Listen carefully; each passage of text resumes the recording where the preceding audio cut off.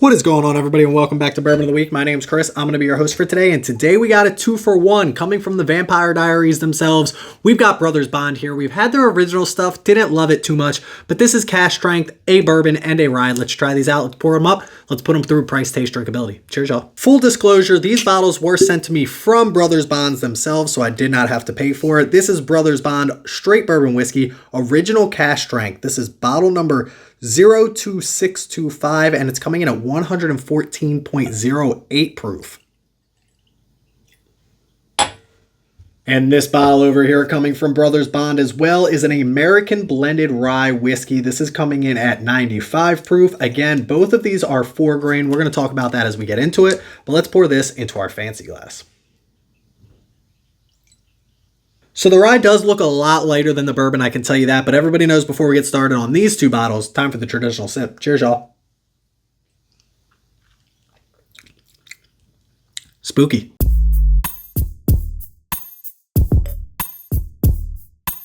So we're going to get into these two bottles right here. I am going to start with the bourbon, then we're going to move our way into the rye. We're going to skip this bourbon bomb of the week this week just so we can save ourselves a little bit of time. If you want to see the rye review, skip later in the video. How long? I don't know. We haven't tried it yet. But this one right here coming in at 114.08 proof. This is Paul Wesley, I think it's Wesley, I think I'm saying that correctly, and Ian Somerhalder. They were the actors in the Vampire Diaries. I never watched it. I don't really care to watch it. I'm just curious, do they have good whiskey? Coming out of Ross and Squibb. I still call it MGP. You can call it whatever you want, but let's get into this glass right here. I hate having this bottle here because I feel like I got to move my arm all the time, but this, I gotta tell you, I'm kind of curious if this is just another MGP product or if there's something interesting going on here. And I think there's something a little bit interesting going on here. They sent me these bottles. I told them I would give them my honest review on this. For another MGP product, can it stand out on the shelves? I gotta tell you, for 114.8 proof, 0.08 proof, I apologize, it does drink pretty easy. It definitely doesn't drink anywhere near that 114 proof mark, but it's also not like crazy underproofed or anything. I did have one other glass of whiskey tonight. It was a higher proof whiskey, but I will say this is drinking right around its proof range. Nothing crazy underwhelming, nothing crazy overwhelming, but for 114.08, I will say it drinks under its proof. Where under its proof? If I had to blind this, I would probably say, one more sip. If I had to arrange it, I'd say 107 to 110 to feel comfortable. If I had to give you an actual proof, I'd probably go right in the middle. I'd say like 108. So for 108 to 114, it's nothing crazy overwhelming. But at the end of the day, when it comes to drinkability, that's a pretty good drinkability for 114 proof. I've had stuff that's 114 proof that drinks way over its proof. So I'm going to give it a pretty average score when it comes to drinkability. 7.0 if it drinks right at its proof. I'm going to go slightly above that at like a 7.13 when it comes to drinkability on the cask strength bourbon. Now, this does mention it's a 4-grain mash bill, but we don't know the exact mash bill. We do know it's 65% corn, 22% rye. That's 87, which leaves us with 13% between the wheat and the malted barley. Now, this could be 12% wheat, 1% malted barley, or a combination in between, but I don't quite know. I don't think it'll affect it too much, but wheat versus barley definitely has a different flavor profile on this. Being a 4-grain coming out of MGP or Ross and Squibb does make this a little bit different, right? It's not your traditional MGP mash bill. At least I don't know of a 4-grain that they produce, and maybe you guys do. Obviously, the one they're producing for this and this bottle right here, but it does make it a little bit interesting and something that's not your traditional MGP on the shelf. Here's the thing about this. It's almost refreshing. Like, it's very light. It's very easy to drink. It's not light on the flavors, but it's light on like the palate. It doesn't feel like it's dense or heavy or anything like that. It's very fruity on the front of this. I get a lot of sweet notes on this. You definitely get a rye spice. There's almost like a spearminty type of evergreen flavor on this that I do enjoy. I'm kind of hoping we pick up more of that when it comes to the actual rye over here. But for this, nothing exceptional, nothing crazy, but at the end of the day, I don't think they're going for anything crazy exceptional. This is just a very good, solid glass of whiskey. I've got no complaints about it. Now listen, I don't think this bourbon would stand out amongst the crowd if you're doing a bottle share or something like that. I don't think it's going to win any awards in your particular bottle share. But at the end of the day, if you're like, hey, my wife's a big Ian Somerhalder fan and this is the only bottle of whiskey I had, and then you invited me over to your house, I wouldn't be mad at you. It's very easy to sip. I think I could sit outside, 110 degree day, 114 proof here, and I think I could drink it pretty easy. And there's not a lot of whiskeys you can say that about. You get a lot of good floral, some fruity notes, a little bit of that spearmint, that mint on the front of this. I like this a lot. There's not a lot of age behind it. It's minimum of 4 years. I don't think it's much beyond that, but there's no real oak, no real dense heaviness to this. I don't love oak at the end of the day, but I do like a little bit on the end of the glass, and I don't get that on this. So I will say, good, not great, but I was actually kind of surprised with how good it actually is. So one more sip, we'll give it a score when it comes to taste. It's good enough that I've almost finished this glass already, but there is a hint of like astringency on the end of this. That youthfulness is definitely coming through a little bit at the end of this, but it's not overwhelming by any means. I think this is a very solid pour. I think the 4 grains gives you something a little bit different than your traditional Ross and Squibb, so I'll give it average at 7.0. I think it's, again, slightly above average when it comes to the taste profile on this. Let's go like 7.1 when it comes to taste on this. And last but not least, we get a price on this bottle right here, and this bottle comes in at $80. Now, I will say, The Rock putting his name behind a tequila, Diddy putting his name behind Ciroc. By the way, a lot going on with Diddy right now. We don't have to get into that. I'm surprised. I shouldn't even say him on YouTube, to be quite honest with you. But just because you have a celebrity with a name behind their bottle doesn't mean that it's a good bottle of whiskey. I actually haven't found one who has their name behind it that I truly, truly enjoy. That being said, these two guys aren't doing that, right? They're actually involved in the process. This isn't just some guy telling you that they're behind this whiskey because they're getting paid to do it. They're involved in the process, which I can respect a little bit more. That being said,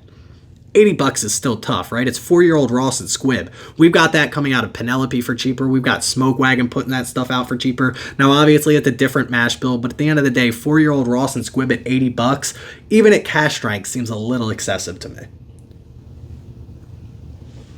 Now, while I do think this is very easy to drink, I think it's very good when it comes to the flavor profile. A little bit of youthness shining through at the end. I will say $80 is still a tough ask for any bottle of whiskey, let alone a 4-year-old Ross and Squibb. So I'm going to give this, I don't know, like a 5.32 when it comes to price on this. But I will say, as good as this one is, this is the bottle that I'm actually excited about.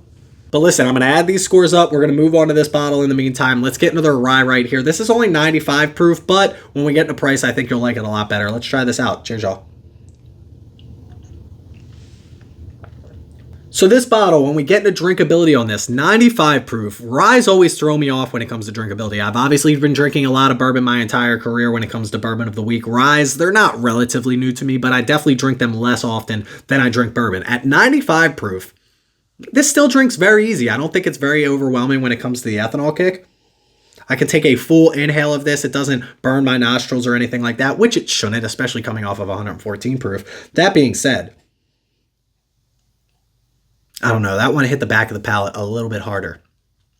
I'd probably put this right around its proof. I don't think I'd say it's any higher than 95, but I don't think I'd say it's any lower than like 93, 90.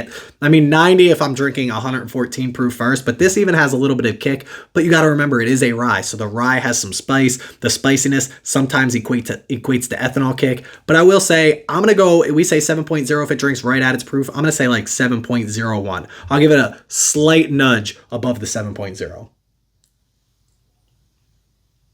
Now, the reason I was more excited about the rye is because, again, this is just a 4-year-old Ross and Squibb. This is something I don't try a lot of ryes all the time, so I was excited to see if we get something special coming out of a rye. This is 77% rye, 16% corn. What's that leave us with? Hold on. That's 83%, so that leaves us with 17% wheat and malted barley. I don't know the combination to make up the rest of that, but 77% rye is the important part. This drinks like a 77% rye. I get a lot of the good. Again, I think this is their bourbon blended with a straight rye mash bill, so 100% rye mash bill. I don't know if that math makes sense, but I believe that's what I read online. It's their bourbon mixed with a straight rye mash bill. So that being said, I like the bourbon. I like the flavor profile of the bourbon. I'm missing some of the rye notes that I kind of want on this bourbon with that minty and spearmint and some of that evergreen smell on this over here. I do like this a lot. I just think this is obviously only 4 years old as well. I mean, it says minimum of 4 years. There's no way it touches 5.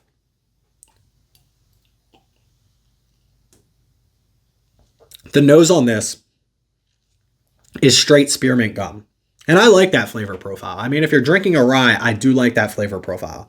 I think the youthfulness shines through both on the nose and again when it comes to the flavor profile. This glass over here is much lighter than what we had over here with the bourbon, but the youthfulness shines through a lot more.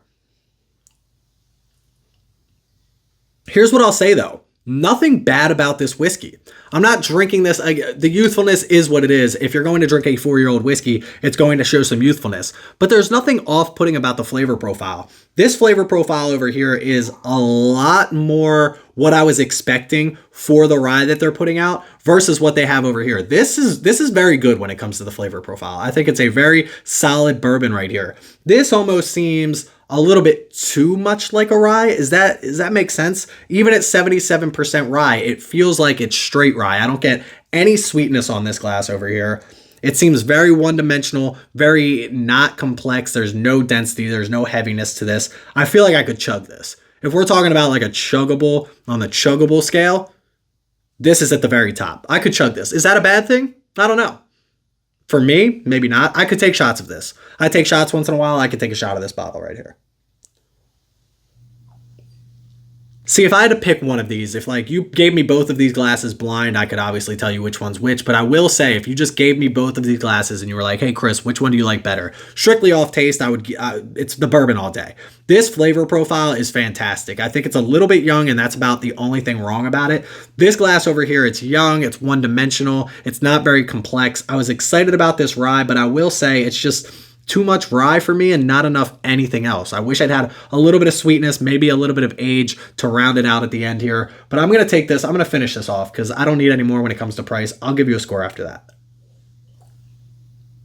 Again, we give it a 7.0 if it's an average tasting whiskey. I don't want to be disrespectful, but I got to go on the 5s with this one when it comes to the rye. I'm going to go like 5.21 when it comes to taste on this. I don't enjoy this that much. I will say when we talk about price, maybe that makes up for it, but 5.21 is where we're going to put it when it comes to taste. And as I mentioned, we're going to talk about price on this last. And we have a 95 proof rye that's $50 versus a cask strength bourbon that's coming in at $80. So we have $50 versus it. Where are they making up? Is it the proof that they're making up the $30 for here? Because again, I've never bottled my own whiskey. I've never bought barrels to find out like how much one barrel fills up. It's 200 bottles on average, but like when you're blending it and all that, like how much, I don't understand that part of the industry, don't get me wrong, but I feel like $30 seems like an excessive jump. If this was like $65, I think this would be a fantastic bottle of whiskey. I said maybe a little bit overpriced still, but 80 is definitely way overpriced. But $50 for this rye still seems it just seems a little bit out of its world. It seems like it should be better at that $35, maybe $40 range. If people are going to try to buy, like try it before they buy it, I don't think they're picking this up at $50. I think if you told me, hey, you can try this at a bar and you're like, yeah, it's pretty good. How much is it? And they're like $30, $35. You'd be like, yeah, that makes sense to me. $30, $35, but we're talking $50. So for $50 over here, we're going low again. I mean, it wasn't that great when it came to taste. It wasn't that great when it came to drinkability.